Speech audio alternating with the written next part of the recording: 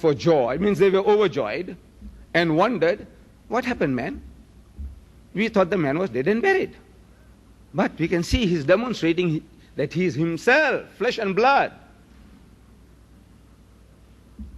And they believed not for joy and wondered. So Jesus wants to assure them further. He says, have you here any meat? Something to eat? And they gave him a piece of broiled fish and a honeycomb, and he took it and he ate in the very sight. To prove what? That is a ghost? That is a spook? That is a spirit? No. To prove that he is himself and he is not resurrected. Because the resurrected bodies get spiritualized. Who says so? I say Paul. Who says so? I say Jesus. Who says so? I say each and every one of you. Each and every one of you will admit that the resurrected bodies won't be this. Flesh and blood, flesh and bones. It will be spiritualized. But the greatest testifier of the scriptures, Paul, of Christianity, Paul, in his book of Corinthians, 1 Corinthians chapter 15, he says, talking about the resurrection of Christ. The whole chapter in some Bibles is headed the resurrection of Christ. The chapter itself is addressed as resurrection of Christ. In verse 3 he says, Christ died for our sins according to the scriptures. Verse 4, and he was raised again from the dead according to the scriptures. The scriptures that he's talking about is not Matthew, Mark, Luke and John, because they were not written. His is about 56 after Christ, and the others goes to about 60 according to Christian scholars. So he's not referring to Matthew, Mark, Luke and John. He was, going through them and found out what was what. No. He's speaking from his knowledge of the Old Testament. Verse 14 he says, if Christ is not risen from the dead, our preaching is vain, your faith is vain. In other words, Christianity has nothing to offer mankind. You have nothing to offer. And I can assure you that in my country, the Christian missionary, when he comes to our homes, he does not come to tell us about hygiene, personal hygiene I mean. We Muslims are the most hygienic people on earth. I will not go into details, this is not the occasion. The most hygienic people on earth. At question time you may ask and I will demonstrate to you, I'll explain to you. We are the most hospitable people on earth. In ethics and in morality, you can't point a finger at us that we are better than you. No group of religious group in my country can show a candle to us that we are better than you. The only thing he can tell us is that you have no salvation. Because salvation only comes through the blood of the Lord Jesus, which you do not accept. That's the only thing he has to tell us. So, Paul says that if this didn't happen, then your preaching is vain, useless, worthless, and your faith is also useless, worthless. As the American would put it, it's all garbage. Your religion is garbage if you didn't have this. This is the only sales point that you have. Then in verse 35 he says, someone may rationally ask, how do the dead rise again? And with what kind of body will they come? He poses this question not seeking information from us, but it's a rhetoric question, and he himself answers it in verse 42. He says there that which is sown, means buried, is sown in weakness, it is raised in power. It is sown in corruption, and it is raised in glory. It is sown, means buried, a physical body, and it is raised a spiritual body. Once you die, this body, this physical body, is put into the dust, dust with dust, from dust thou art, and to dust thou shalt return, finished. But when you are resurrected, it is not the dust, it will be a spiritualized body according to Saint Paul. And on that premise, the whole of his 14 books in the New Testament are written. More than half the New Testament was written by Paul, 14 out of the 27 books, and the whole premises of his argument is that Christ was risen from the dead, resurrected spiritually. A spiritual body. When people say spiritual body, they think, well, body, what is body? Look at the dictionary. And then you say, look, body has mass, volume, dimensions. So it says, you see, there was a body. I said, this is an apparition. When you see an apparition, what is the apparition? It appears to us in the form of a body. The ghost you see, what do you see? You see something that appears to be a humankind. But we know that thing is something you can't grapple with, you can't grasp it, you can't pocket it. You see, the filmmakers, you American filmmakers in Hollywood, they have made these things something that we can imagine far more easily. Again and again, they conjure up, somebody coming out through a keyhole, a steam comes out, and then you find it materializes into a man, the invisible man. Or Sabu, he played the thief of Baghdad, in which you see that he picks up a bottle on the seashore, and he opens a bottle, and something comes out like a smoke, and it materializes into a genie. But that genie has a form, it has a body, but it is an invisible, imperceptible body, something that you can't grapple with. But you say a body, you see a body. If it's only thin air, you see nothing.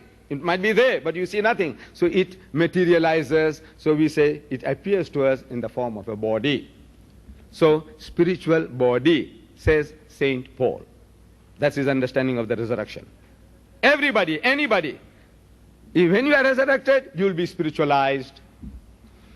And he was only confirming what Jesus had said in the Gospel of St. Luke, according to the records, chapter 20. Have some water, please. Thank you.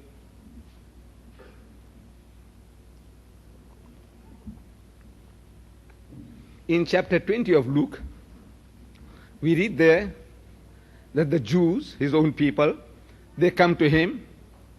They were always coming to him with poses and riddles, trying to trip this man of God. Now they come to him and they say, Master, in the Hebrew language, Rabbi, respected learned man, priest, bishop, whatever, Rabbi. There was a woman among us. And that woman, according to a Jewish practice, had 7 husbands.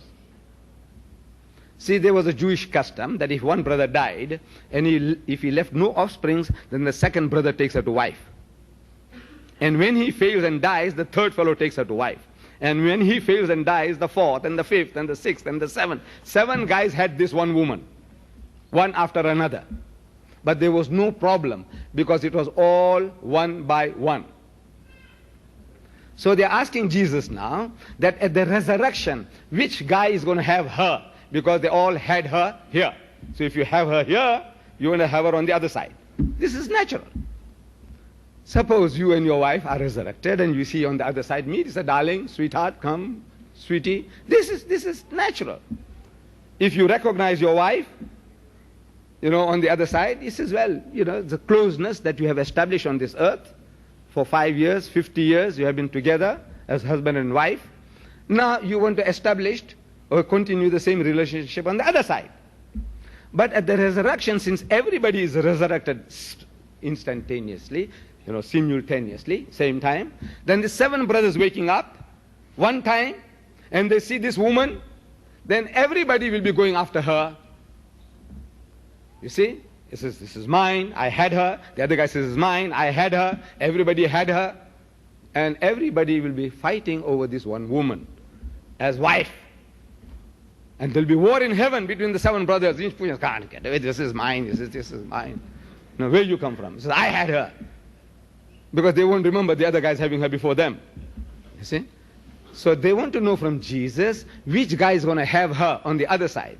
Because they all had her here. In answer to that, Jesus says, he says, neither shall they die anymore. Meaning that once they are resurrected, they will be immortalized. Neither shall they die anymore. They will be immortalized. In other words, the things that kill a person, lack of food, shelter, clothing, rest, these things will not be necessary on the other side. Once you die, you do not die a second time. No more death. immortalized. This is a physical body which has got its physical needs: food, shelter, clothing, sex, rest. That body, no food, no shelter, no clothing, no sex, no rest of the type that we know. It will be of some kind, other kind, spiritual kind, but not this kind. So he says, neither shall they die any more, for they are equal unto the angels. In other words, they will be angelized. They'll have spiritual bodies like angels. What kind of bodies they have? Not this. For they are equal unto the angels. They will be angelized. They will be spiritualized. They will have spiritual bodies. They will be spirits. For they are equal unto the angels and the children of God. For such are the children of the resurrection. Such. Spirits. They will be such. Spirits. Paul says spirits. Jesus says spirits. I wonder if there is a single person here who takes exception to that. He says it will be this body. Is there one here? In the Royal Albert Hall, in front of some 6,000 people in London, I posed the question, and there was not a single Muslim or Christian who could take exception to these axiomatic truths, that resurrection, at that time, your bodies will be spiritualized. Paul says so, Jesus says so, I say so, and you say so. So he says the spirit has no flesh and bones. In other words, I'm not what you are thinking. You are thinking that I've come back from the dead. That is not so. I'm not resurrected. And yet the whole Christian world, they say that he died and he was resurrected. The man says, I am not what you are thinking, and eating broiled fish and honeycomb. These are the needs of this physical body. But somehow, you see, people get programmed. I was talking about people getting brainwashed. At the Berkeley University in 1977, I was talking to my American people, some teachers and students, and I said, you people are brainwashed. So one professor stood up, he says, I beg your pardon, we are programmed. I said, right, programmed. Not brainwashed. So we all get programmed. See, from childhood, because our salvation depends on this, that we must believe that Christ died and was resurrected. But resurrection is spiritual. And we find that everything about Jesus, after his post-crucifixion events, not once does he appear to be a spirit. He is ever in hiding. He is ever in hiding. He never came out into the open. He never went to the temple of Jerusalem. He had given the Jews a sign.